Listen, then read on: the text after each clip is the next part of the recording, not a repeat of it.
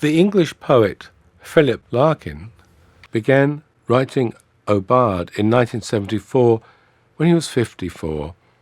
He finished it after the death of his mother 3 years later. He writes, "Waking at 4 to soundless dark, I stare. In time the curtain edges will grow light. Till then I say what's really always there. Unresting death, a whole day nearer now. I slip out of bed at 4, have had 7 hours, and waiting for my bloods back.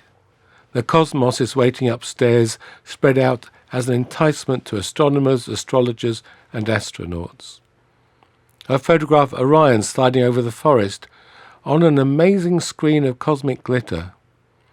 Perhaps not enough colour or cloud chamber action to satisfy the greedier retinas. Another perspective locates palm fronds, scraping across the railing, and distant squabbles from the flying foxes. There's always sound, if not a score.